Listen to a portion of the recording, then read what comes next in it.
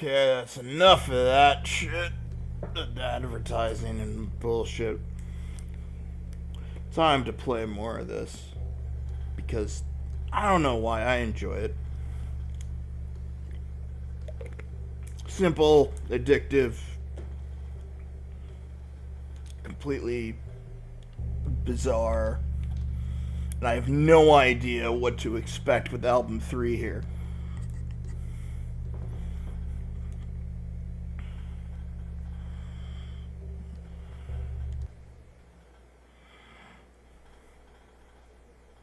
I mean, isn't that why you play games? Because you don't know what to expect? You knew what to expect would be the fucking point.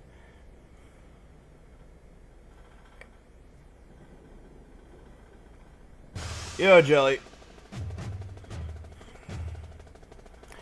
I have no idea what this chapter entails. This is the one where I am the gorilla escaping something. Looks like an A-bomb at this point. I don't know anymore.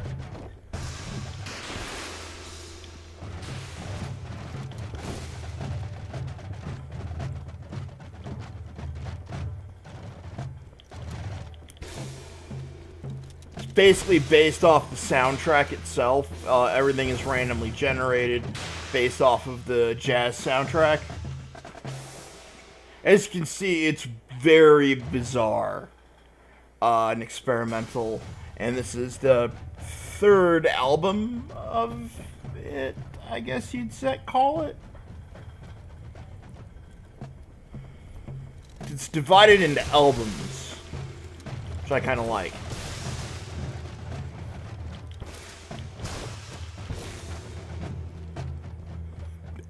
Essentially, yeah. But, I mean, this came out in 2016, so Harambe would have been kind of old hat by then, but yeah. This is designed by the same guy who did Getting Over It. The one where you're in the pot with the hammer and trying to lift yourself out of the crevasse. Okay, I was gonna say Firecross is a very different thing than Crossfire, sir.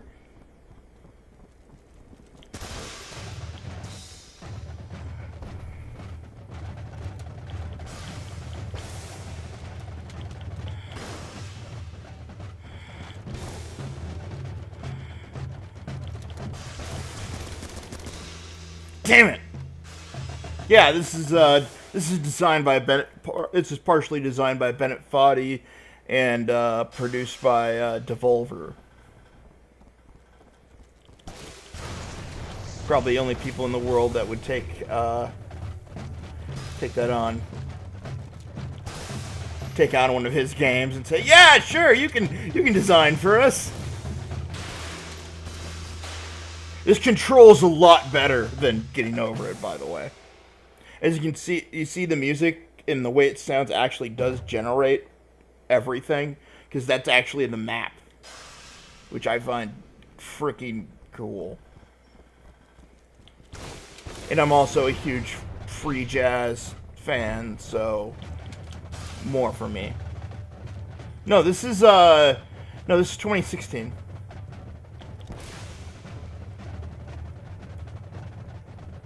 I don't know about it, whether it expanded later, but this is 2016.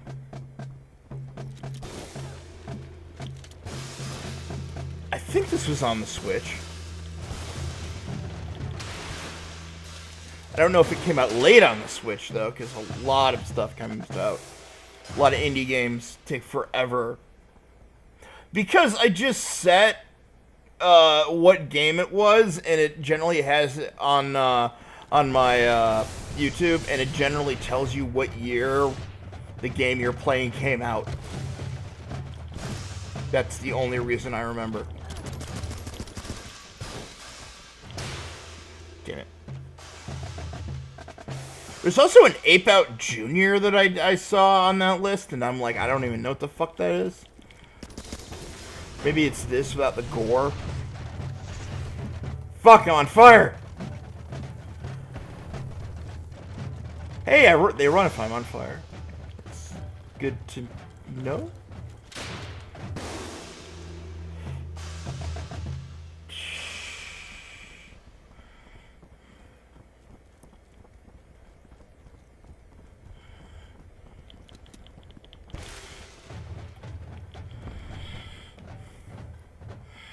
Ape Out. I don't know. Maybe they completed it in 2016, and then it wasn't released until 2017. You know, like kind of like how sometimes albums are listed not the year they came out. Weird. You know, they're listed by the recording date, not the release date. So, I don't know what to tell you.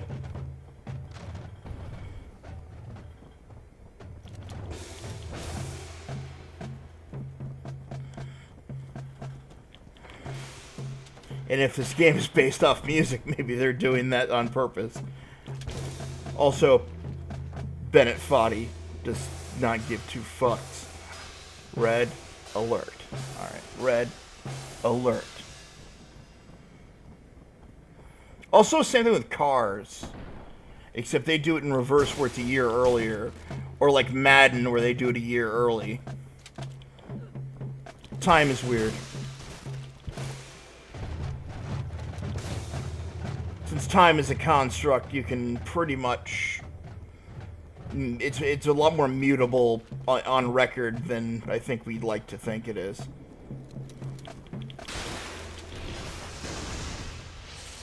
Damn it. Fuck, that's a lot of burning barrels. DK wishes there was that many barrels in his game. Okay, no he doesn't. There's too many barrels in DK. What am I talking about? They still keep Donkey Kong Country. Not that many in the original, I wouldn't say, at least not too many. Fuck!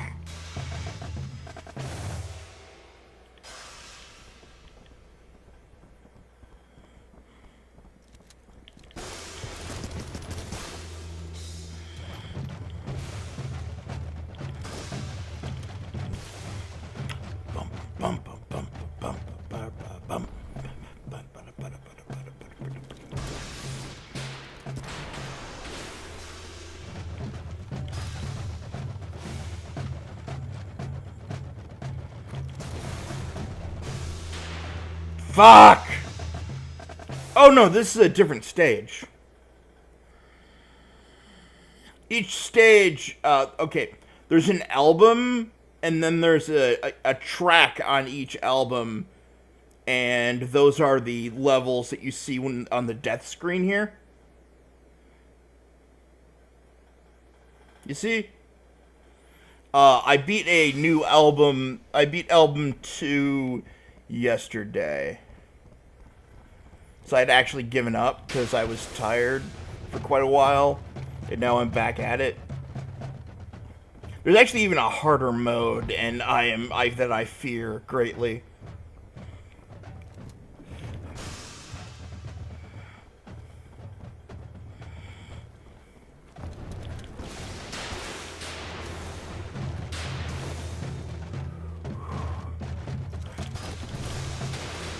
Damn it!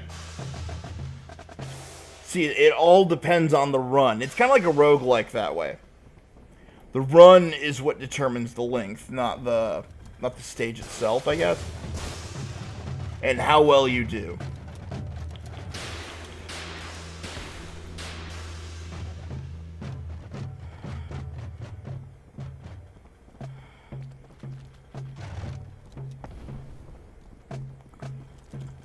Oh, Hotline Miami is a bitch.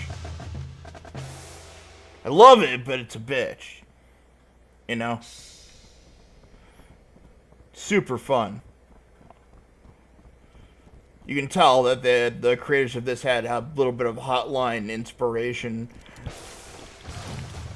Probably as part of their pitch to Devolver, because that's the same publisher. Like, okay, we want to do Hotline Miami with a gorilla and weirdness. How much weirdness? All the weirdness.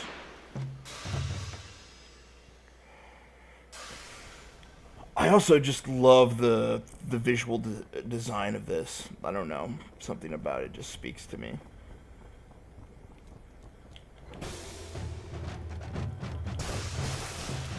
I actually do have both Hotline Miamis.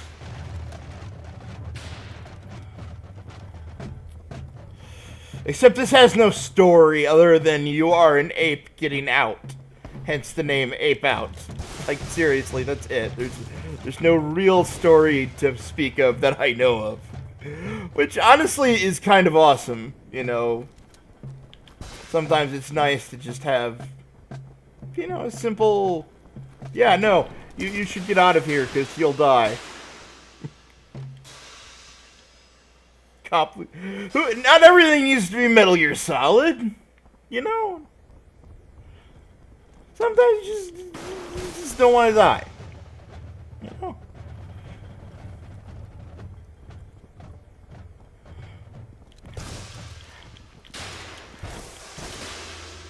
Damn it. See, some runs better than others.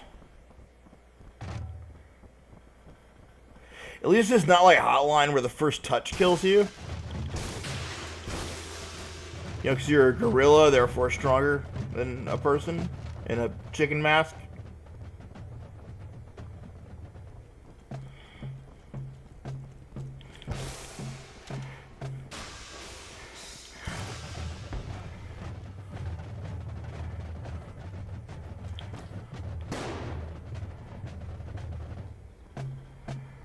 Honestly, no. Like, it's not as long as the ones from before.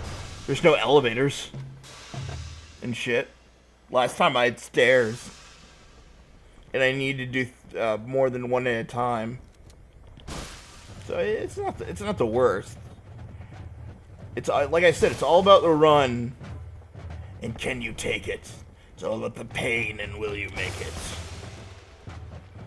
Sorry, I'm trying to channel Lemmy Killmeister from Beyond the Grave and failing miserably at it.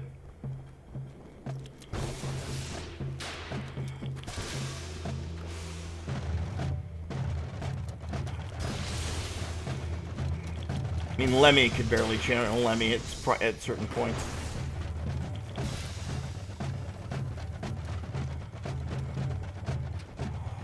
Oh god, there. No!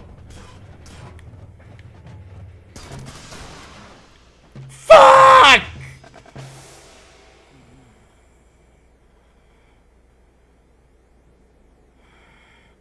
There's a door. I need to rip off the hinges. Okay, now that I know that's there, I know I need to kill people in the surrounding area.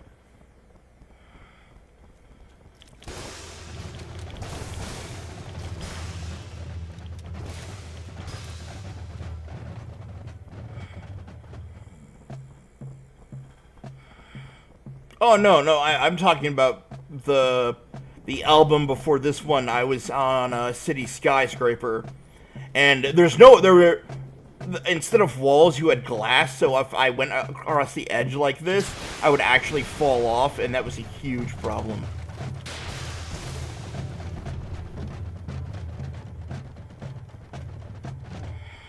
Detain. Right, explosive barrels.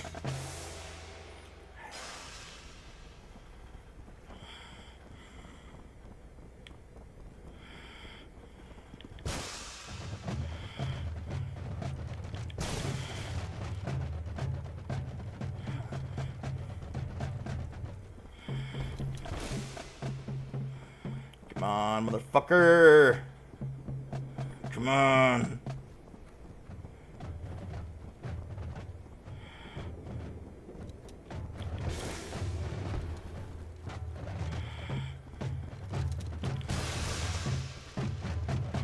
When you get them in a group like that, it's a little easier to deal with them. And you don't want to smash them up against the barrels, you gotta aim a bit.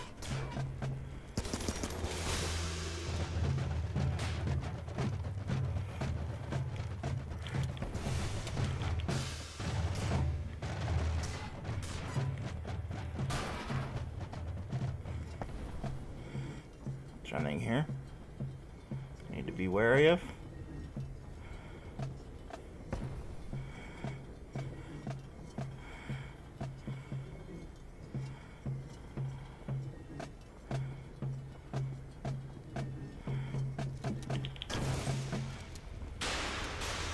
No! How close was I?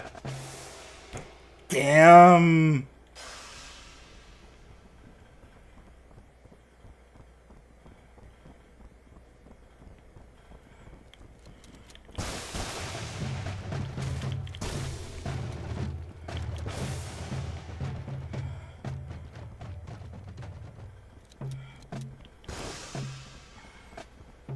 I'm so glad this isn't like in an arcade machine or something, because it would just eat quarters like a motherfucker. If roguelikes would have been a thing during those days, oh my god. It just... ugh. Oh no, it is outrageous. But I mean, that's part of the fun. At least to me. Like...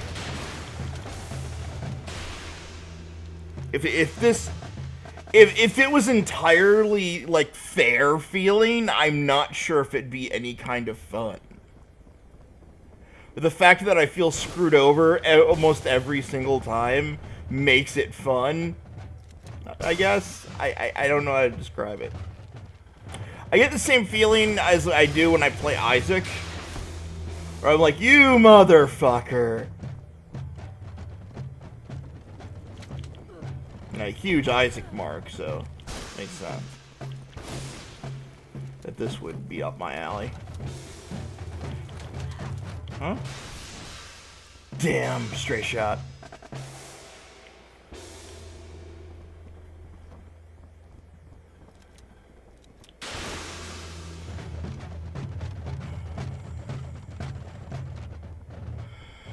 Come on, come on, come on. Yes! Binding of Isaac. I love that game.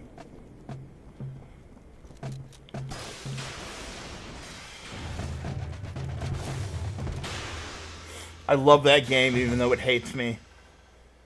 It hates me a lot.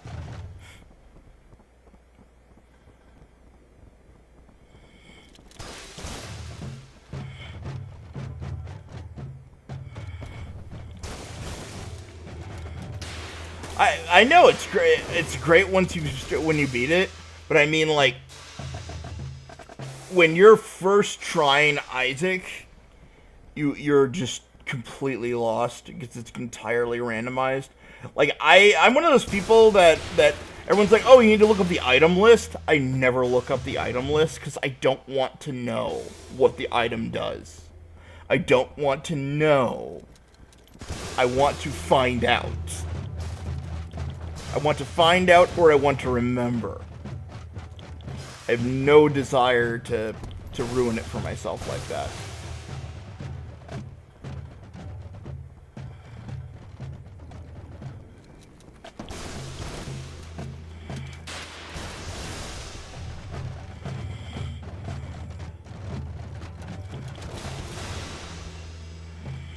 Damn explosive barrel.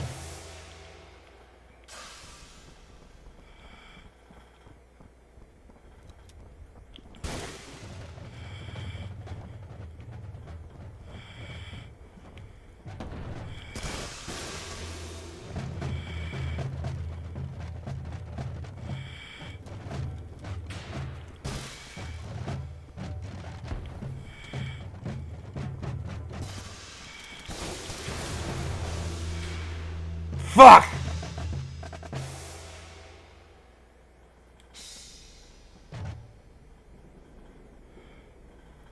Yep, that's basically how this works.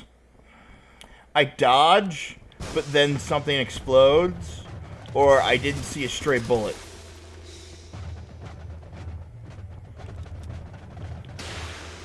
And if I grab the guy and drag him, it slows me down too much. At least that in this level. It worked really well in previous levels, but this one's too sprawled out and open for that to be as viable.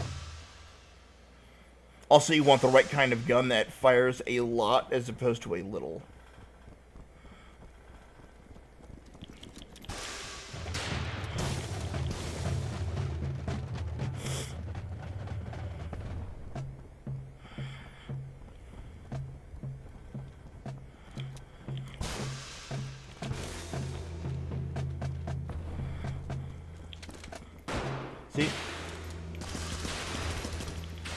See, but it slows you down so much.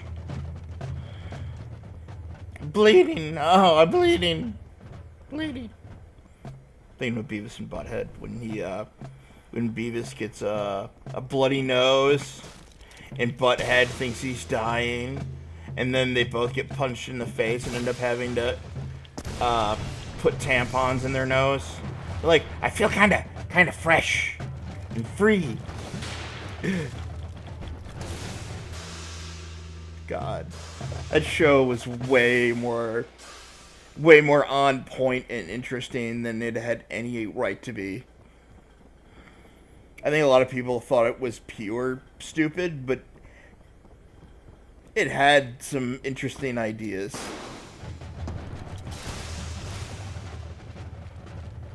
It actually worked out pretty well.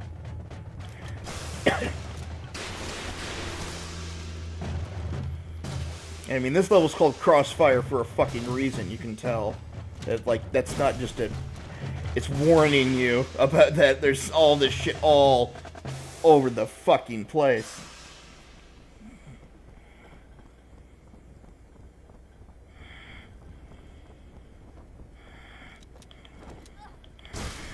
I hate when they live instead of when they hit the wall, when they don't die. I mean, it makes sense that not everything's going to kill them. I mean, humans aren't that delicate.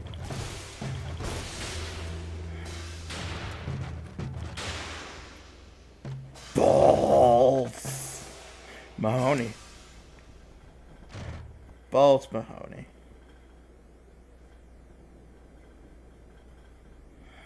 Yeah. Well, Well, the whole point was Beavis and Butthead were benign idiots. They weren't actually dangerous in any sense of the word. Even no matter what they were doing, they were never cool, but they were never lame. They were just sort of there.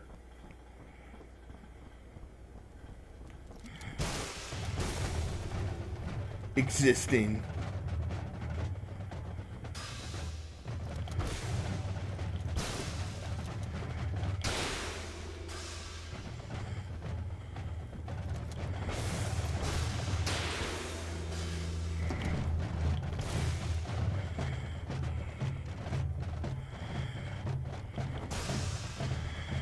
Their rendition of I Got You, Babe with Cher is amazing.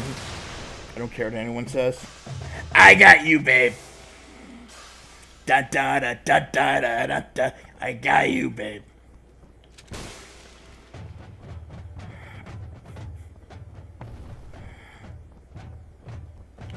God, that movie made no sense. I love it.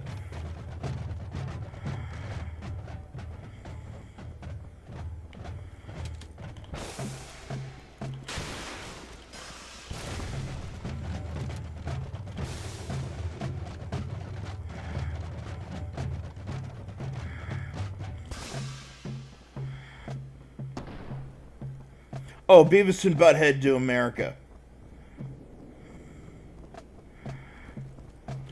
They only made one movie, unfortunately. Although Mike Judge has made quite a few movies. Office Space, Idiocracy, Extract. He created King of the Hill. Which King of the Hill movie would probably be terrible because it would destroy the pacing of the show.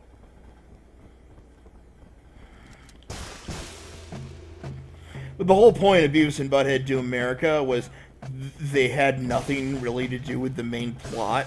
They were just sort of there. Their plot was looking for a TV. Everyone else's was deadly serious in this huge, nearly like, oh my god, the world is gonna end if we don't do this correctly thing. It was awesome. Yeah, they did. Fucking awesome.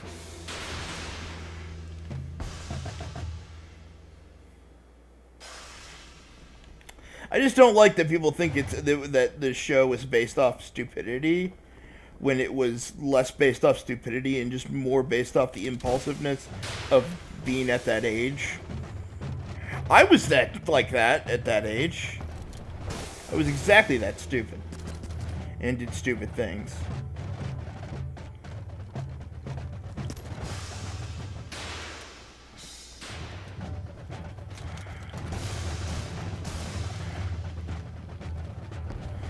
You're destructive for the sake of being destructive. You're stupid for the sake of stupid. There's no real rhyme or reason to your actions that anyone can discern. That's just it being then.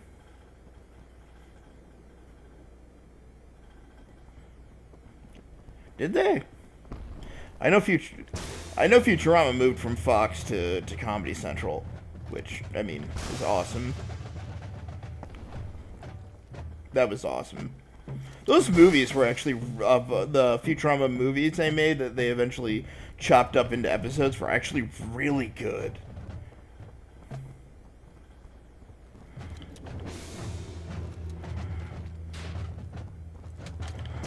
Yeah, I was always surprised that they kept the quality up as much as they did, considering how hard they had to fight to keep the show alive. They never it wasn't. I wouldn't say that they were 100% perfect all the way through, but they never made me regret watching an episode, and the ending was phenomenal. Oh, okay. So, well, those are both owned by Viacom, I believe. So.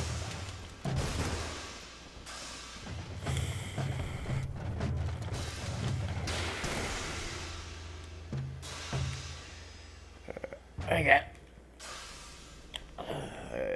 been at this for 30 minutes, so I'll give it another 30.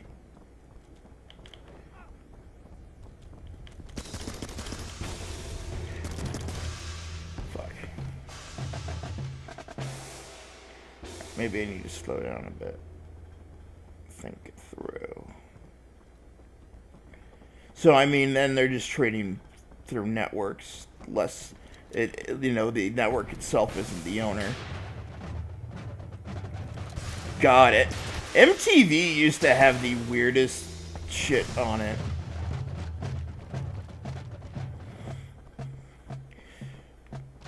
Like, if you look up old episodes of Liquid Television, it is the strangest thing in the world. Like, you have no... It's like... I have no idea how this made this to air anywhere. Like, the brothers grunt makes no sense. And it's just simply freaky and gross. And I kind of like it, but most people do not. And I can understand why. It's not one of them that I'm like, oh, it's a misunderstood art piece. No, it's fucking weird and gross. I don't know. I don't have regular TV, so I don't even know what new MTV even looks like. So I couldn't tell you.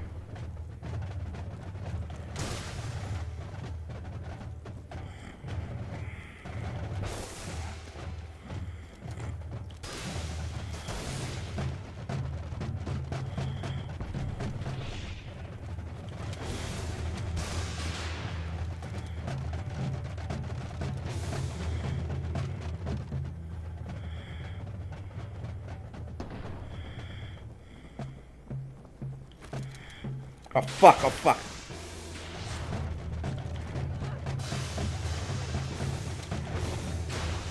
Damn.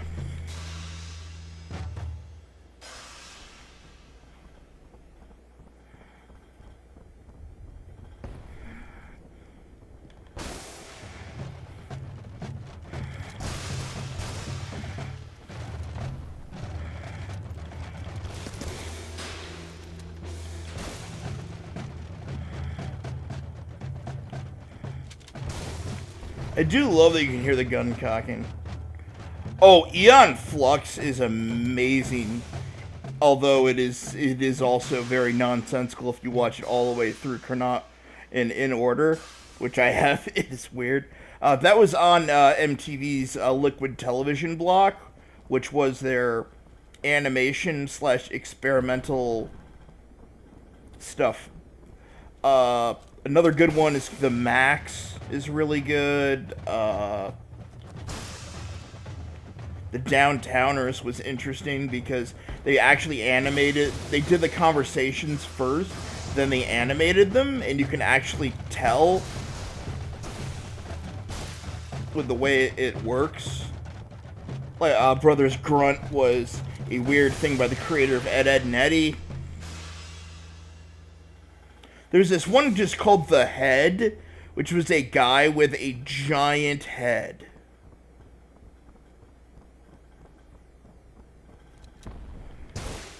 Like, I don't even know how to describe it other than that.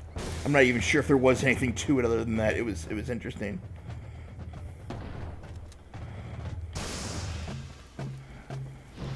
Like,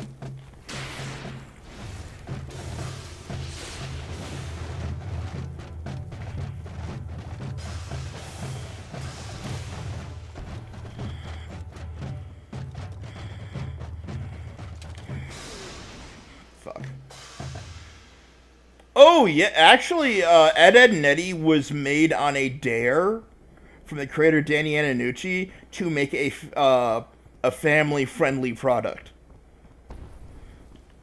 Because otherwise, all of his stuff is super dark and super strange. Kind of like how Invader Zim is very not, like, is actually really tame compared to everything else Jonan Vasquez, the creator, does. Like Johnny the Homicidal Maniac and Squee and shit like that. Like, way more tame.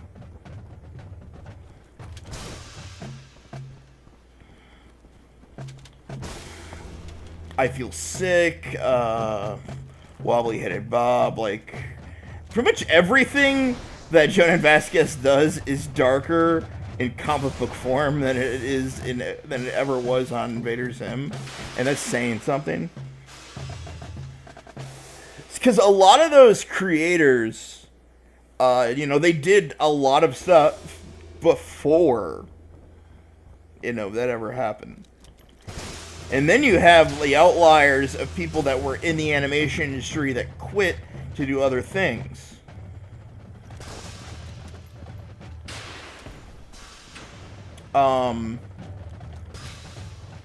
So at one point, Gerard Way, the lead singer of My Chemical Romance, actually had a pilot, because he used to work at Cartoon Network before forming that band.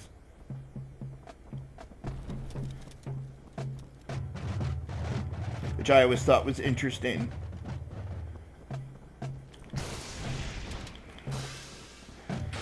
It was called Breakfast Monkey.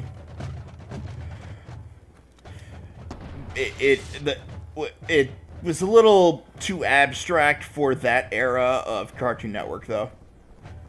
No, this is after, like, the cow and chicken era of, I have no idea what's happening, but I love it, so.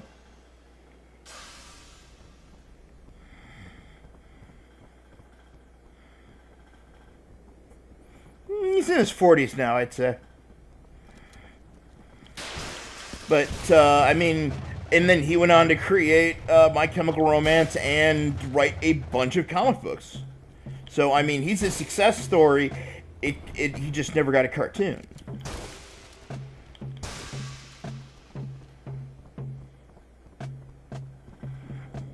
I do think it sucks that Maxwell Adams was never able to get anything to get Underfist off of the ground.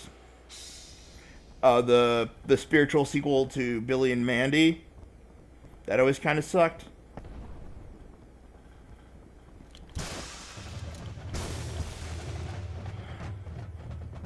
I don't know. I'm a bit of an animation nerd, so I think about that kind of stuff quite a bit. I do think, like Camp Lazlo doesn't get enough credit for how interesting it was. That was a weird-ass show. With the weirdest ending of almost anything I've ever seen. Like, right up there with the dinosaurs, the dinosaurs where everybody fucking dies at the end. Where it turns out that Lumpus, the camp director, was just some random crazy dude and wasn't actually a camp director at all, which makes you question his motivations to why he wanted to pretend to be a camp director. I don't understand.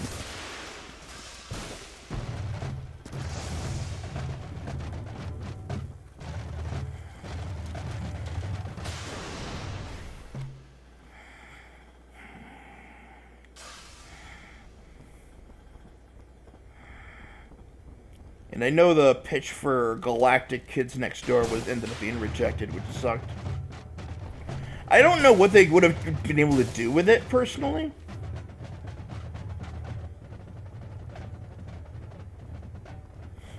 I'm not sure I understand what you mean by that.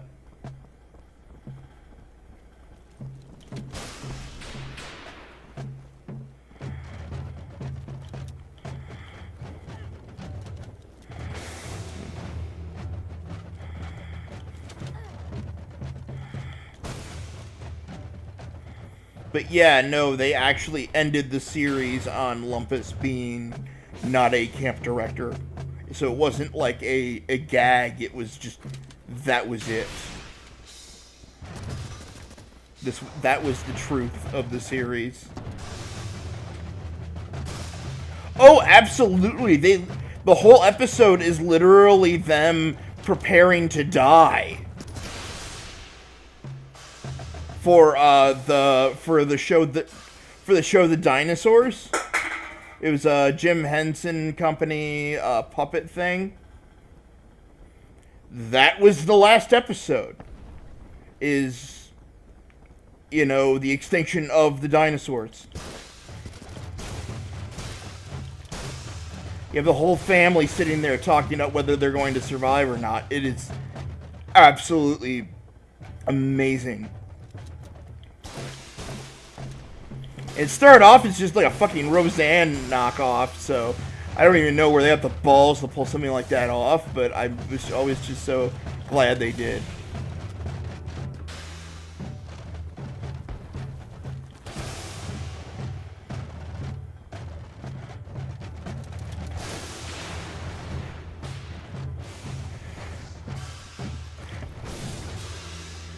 Damn, too much fire.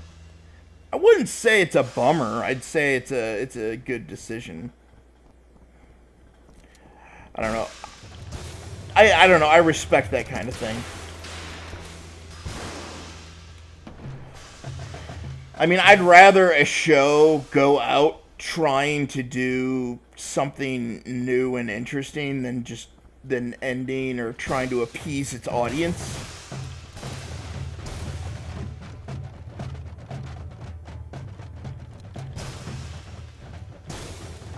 I mean, it's great when they do appease the audience, but I mean, but if they don't think they can, but they can make something that you'll remember forever anyway, that's pretty awesome. You know? That makes it worthwhile to me.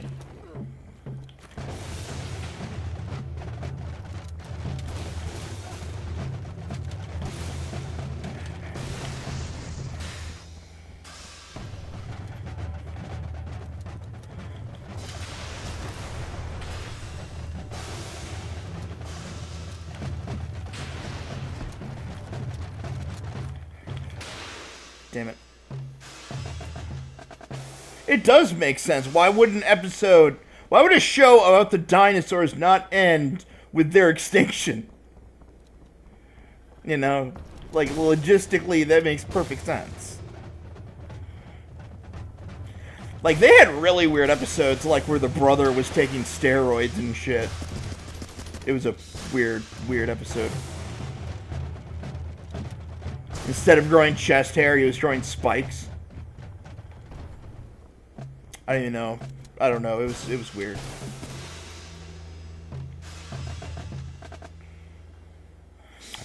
Like I said, I'm like a huge mark for anything that is like trying to tackle a topic it probably shouldn't. It's probably why, even though I'm an American, I love watching foreign PSAs. Because they don't fuck around like they do here.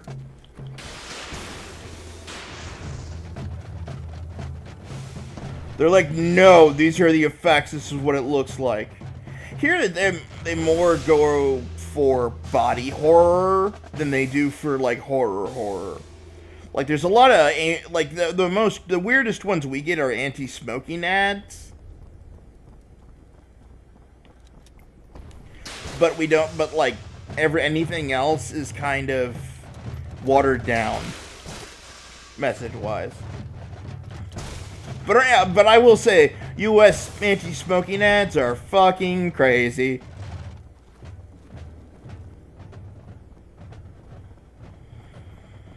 I still remember the one where it's a guy paying for cigarettes, and it's about the true price of cigarettes, and he just takes a pliers and yanks out one of his teeth to pay for the cigarettes.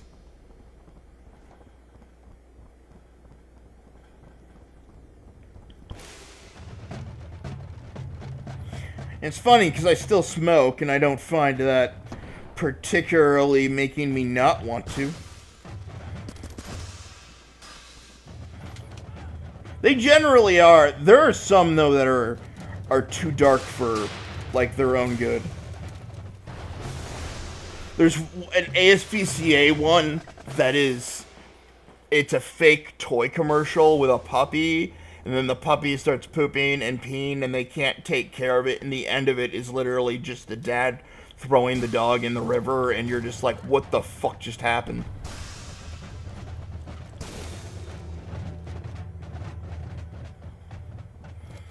Just too much. But I mean, that's what they used to do back in the day. Which sucks. And I mean, and it's like, I get it if you have to put down an animal that is in pain and can no longer survive, but if it can, then you're just being cruel.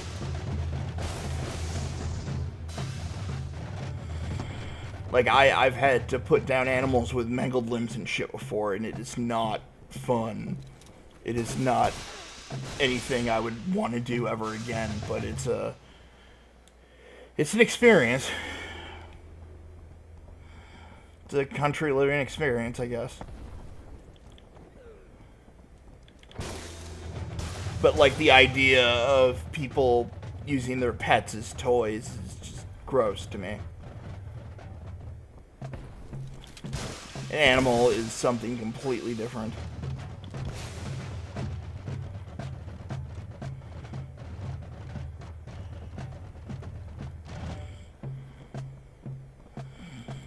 God. Did you ever see the cartoon All Stars drug PSA special, where they actually teamed up a bunch of different companies and cartoon characters to tell you to not do drugs? It is hilarious.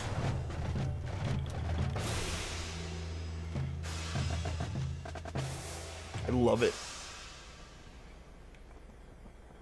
You hear Simon from Alvin and the Chipmunks say marijuana, and your brain just it never recovers from that. You're just like, what the fuck did I just hear? Also, they get Michelangelo of all the Ninja Turtles to say that drugs really mess up your brain, man. Michelangelo, the stoner turtle, is telling me not to do drugs. That is the worst decision you could have made.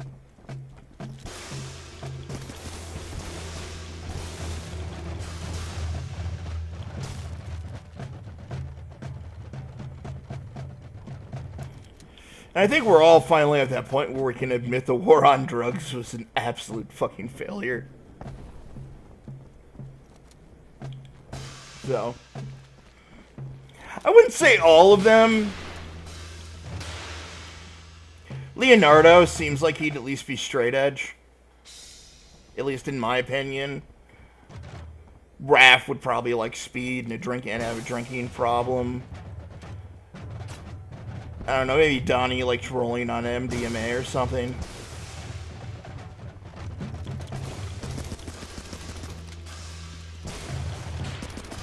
But oh yeah, like Mikey's hitting the bong 24/7, motherfucker. Dead, and you cannot convince me otherwise.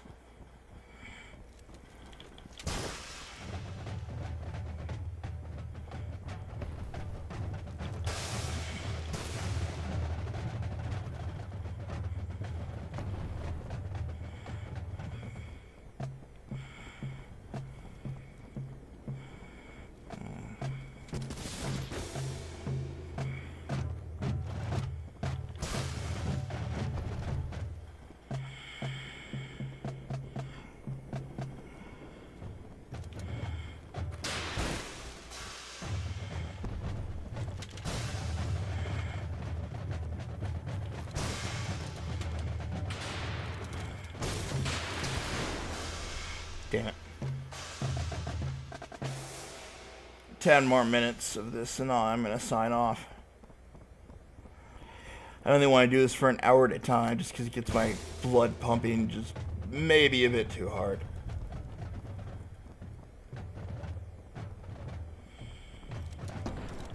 And I don't want to get sick of it. And, you know? I think that's why I'm not a rage quitter, because I'm very conscientious of making sure to stop before. Oh, all right. What genre, by any chance? More into the electronica area, or what?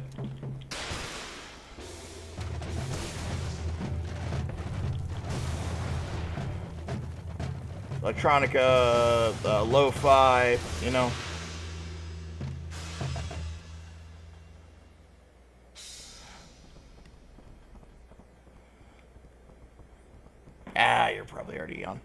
Oh well. Do do do.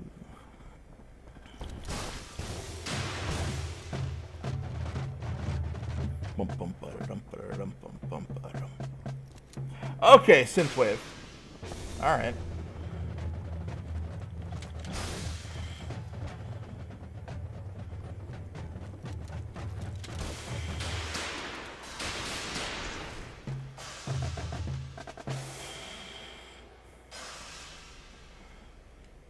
I'm not really much for that much of lo-fi. I don't know what you consider him, but I'm a huge fan of Lorne. He does a lot of great soundscapes that I enjoy, so...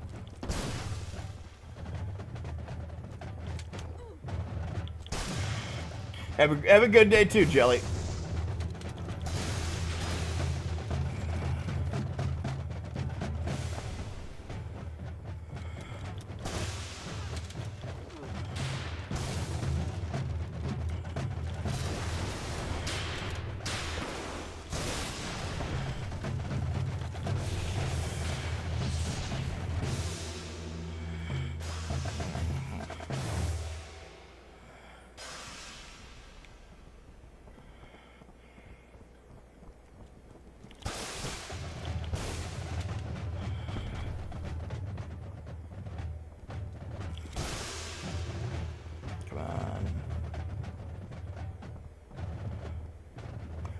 Gigantor, Gigantor, Gigantor, the space age robot.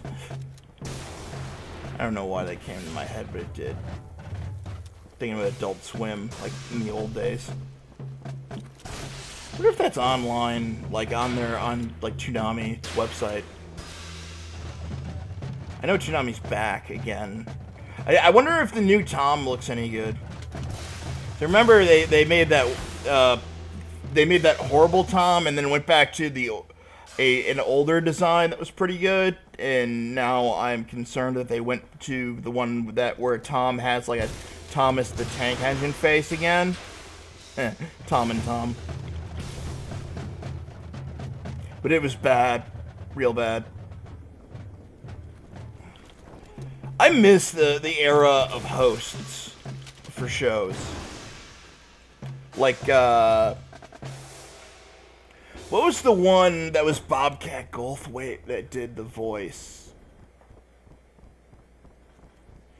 But it was one of the first, like, animated, it was done entirely with, mocap.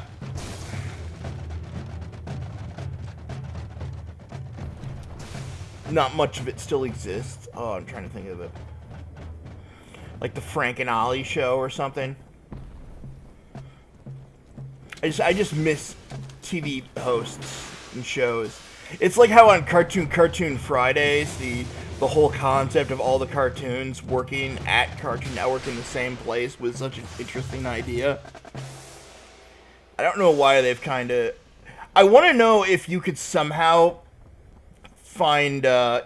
if you could put that kind of thing in between when you're watching episodes of things on Netflix, if you could have an option where you could turn, like when it does an autoplay, you know? That you could have an autoplay that hosts in between. That'd be very interesting. To me, at least. That'd probably annoy the piss out of some people. That's why I mean, like, you have an option turned on and off.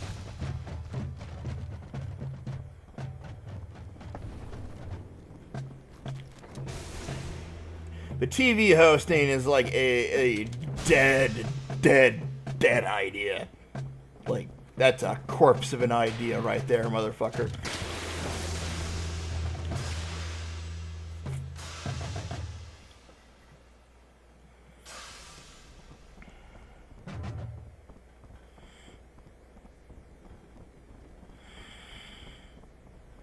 Yeah, it's just kind of sad, just because I have a lot of good memories of that kind of thing, like Elvira and Net of the Dead and a bunch of other shit that I watched. If you think about it, it was MST3K minus the riffing almost.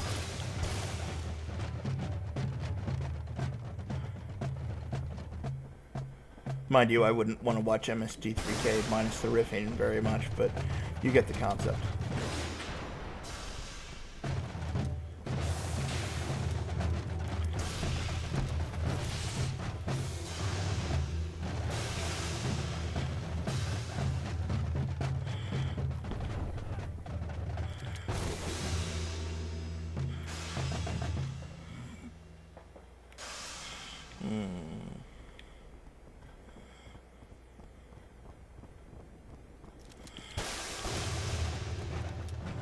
Why you gotta drag me down? Teach me while I'm on the ground. Why you gotta drag me down?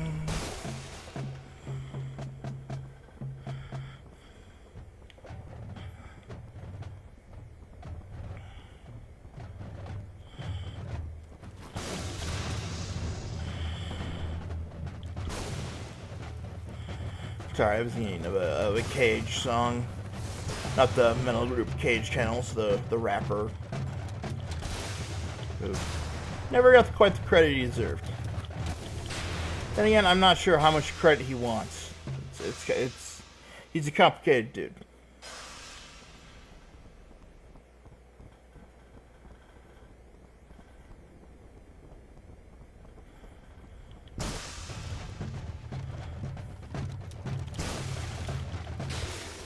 If I wanted to get real obscure, like lyrics nobody understood, I could start doing some Aesop rock.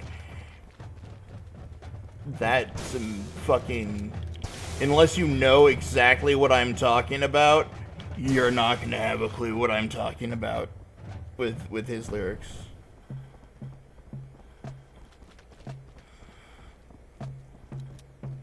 You know, it's like, I remember the day of your name and face as the day you were judged by the Funhouse cast. It's like, what the fuck are you talking about, man?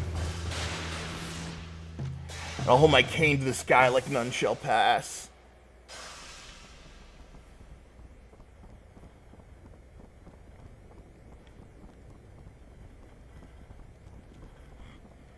Like, unless you sit there for hours and hours and pull apart his albums, you're not gonna get all of it. I don't even get all of it. I try. I try hard. But it's just that fucking dense.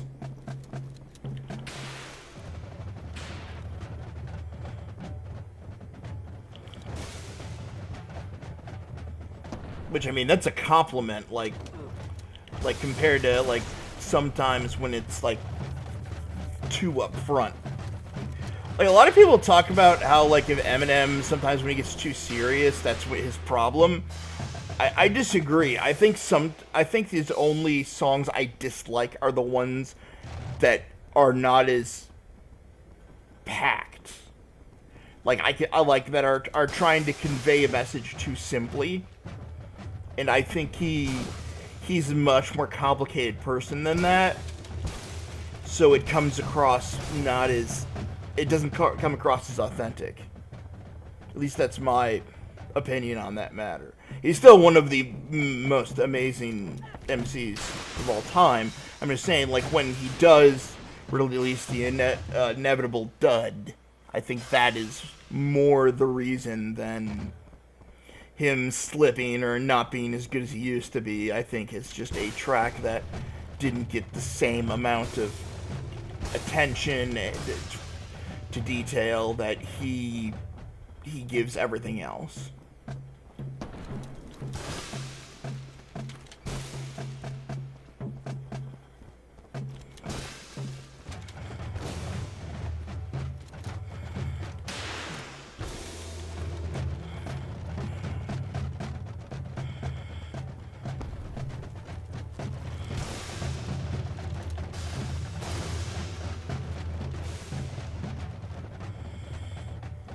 Not sure I'd say that about Tech 9, though.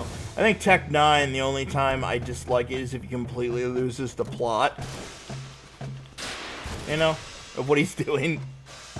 Which is, I mean, is totally fine. It's gonna happen when you rap like he does and you go all over the place. Sometimes he loses the plot of whatever he was talking about, which is fine. It's funny because one of the reasons I like Aesop is you have to find the plot of whatever he's talking about. But then I give Tech 9, my only criticism of him is I can't, like, that he has a plot and then he loses it. Which it's just I know it's a double standard, and I find that hilarious. But it's all about knowing their strengths and weaknesses, I guess.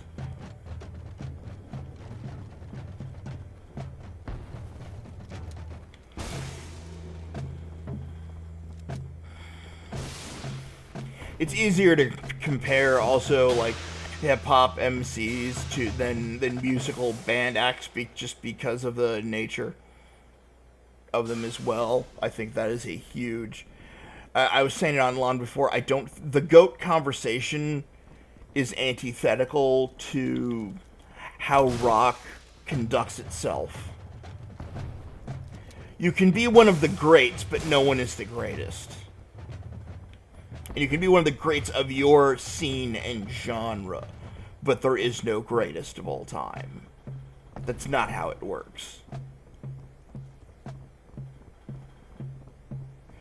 Or you can be like, have a title, like the only band that matters, or fucking the Godfather of punk, or the big four of thrash, or something like that. That's what you aspire to, not to. You aspire to be your name to be the name of an innovator, not a ruler. Being a ruler really doesn't mean jack shit in the world of rock and metal,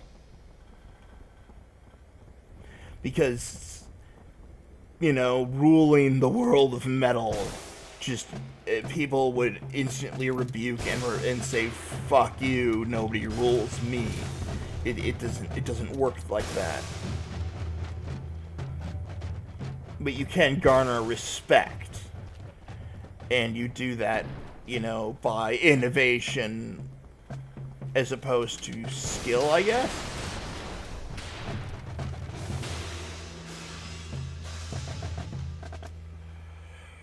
Like, if you can be called one of the greatest of all time for skill, but if you have a title, it's because you're an innovator, I guess. Like, I consider Yngwie Malmsteen one of the great guitarists, but I would never give him a title.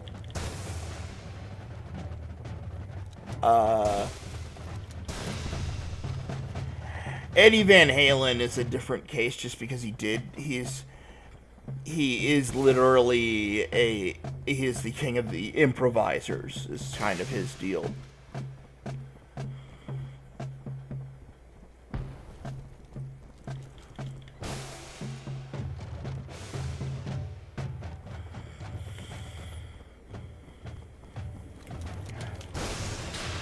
Damn it. Alright, I gotta stop, otherwise I'm gonna start hating this. So